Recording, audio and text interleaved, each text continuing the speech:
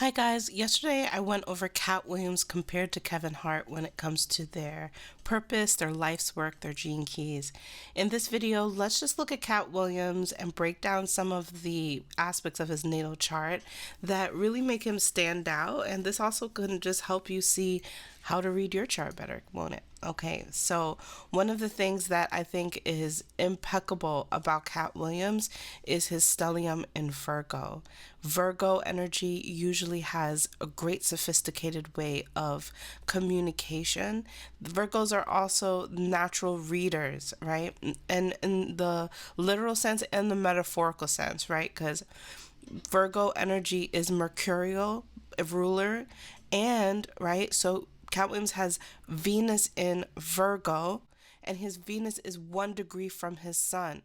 Your sun represents your talents, your vitality. Next to Venus, your pleasures. A few Virgonian statements that came out of this interview is one, you have a natural allegiance to losers. That is such a Virgo read if we don't know one. Okay, but actually, let's even look even further. Virgo rules over the virgin. And one of the biggest things that he talked about was his virgin hole. That is a Virgo all day, guys. That really could be like Venus, like playful, pleasureful, talking about that. And the other thing was, he said the statement about fair skin or light skin with weird faces. That's a Virgo read as well. First of all, Virgo rules over fair skin. There's other zodiac signs that I think would, like Scorpio, but Scorpio can almost be silvery skin. Same thing for Cancer, but Virgo specifically is connected to fair skin, fairer skin. And so him talking about light skin with weird faces is just such a Virgo read. So his ability to actually read really well is there because he takes a lot of pleasure in it. Then the other thing is the metaphorical sense, in modern language, we say that, one can read one. Now, Cat Williams does have a lot of energy in his first quadrant of his chart. This means that he develops a lot of self expression and he develops himself overall, his presentation, his way that he identifies, values himself, and speaks about himself.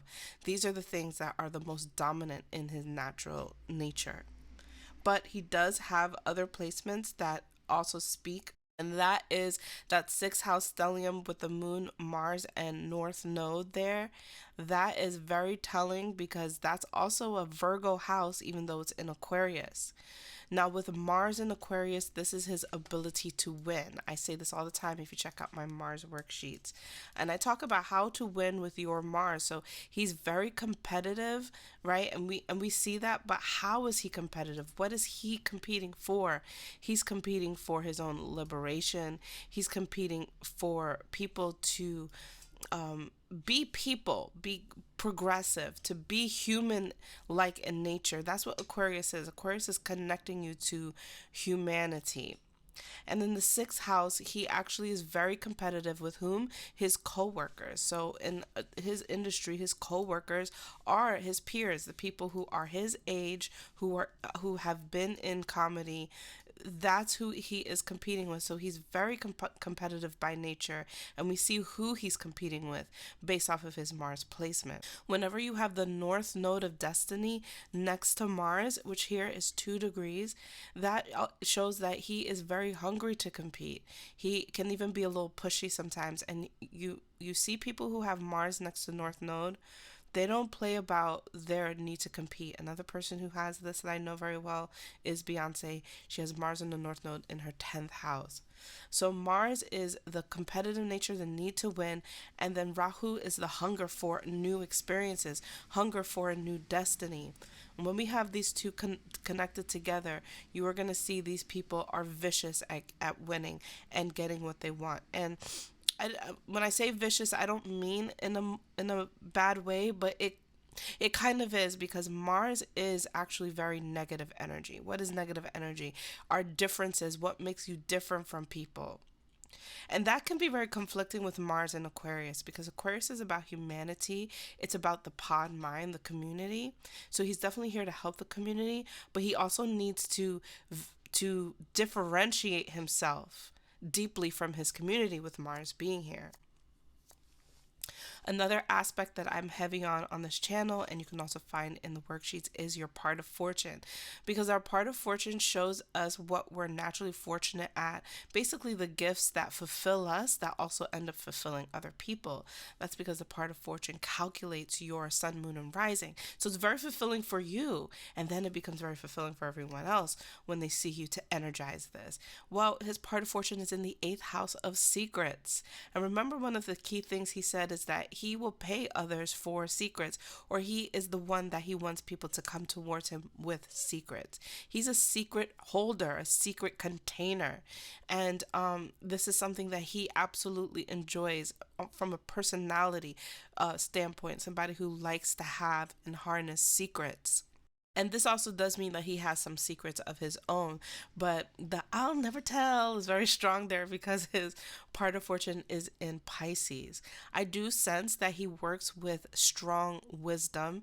On an intimate level, he may work with a council, and it may not be a group. It could be a group, but I feel like it's more individual when I'm seeing the part of fortune in the 8th house, or he's more enjoyed by a very specific individual of strong counsel that helps him to harness secrets, understand secrets, but also manifest his own new version of himself. That's because the 8th house is a house of life and rebirth, death and rebirth, and also metamorphosis. Now, what also makes him very showing of his integrity with his word is Saturn in Gemini. Now, this was also something that we could say is what he has struggled with, and his obstacles was to harness his integrity. Sometimes it may feel like a mofo is lying. Yeah, because with Saturn, we always kind of still are always working on being better, okay? And so Saturn and Gemini, Gemini is classic, like, chronic liars. And lying actually isn't always malicious, especially when dealing with a Gemini.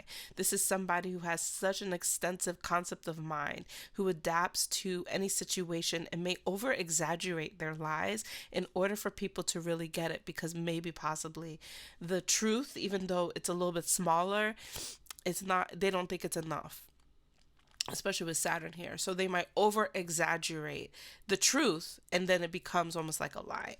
And with Saturn and Gemini, I think that especially with his age, that he has had a lot of lessons with how to have integrity with his words, how to maintain the truth and contain the truth in a disciplined way. And I think that this is why we're really seeing him express that beautifully right now, because Saturn really does show us our rewards. It shows us where our reputation is being cultivated. And that happens through discipline, preparation, and hard work. So, with this being said, he is deeply respected for his words, his art of conversation, Saturn and Gemini.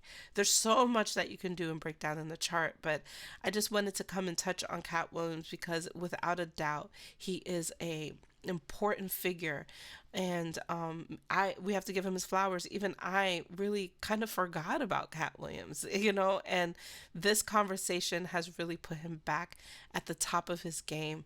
It's brought him the ability to awaken new people who are watching him, including myself, and studying his greatness. And I hope that you'll see that we all have greatness in our chart. So it's really about cultivating how to pull your own greatness out of yours. I'll see you guys in the next video.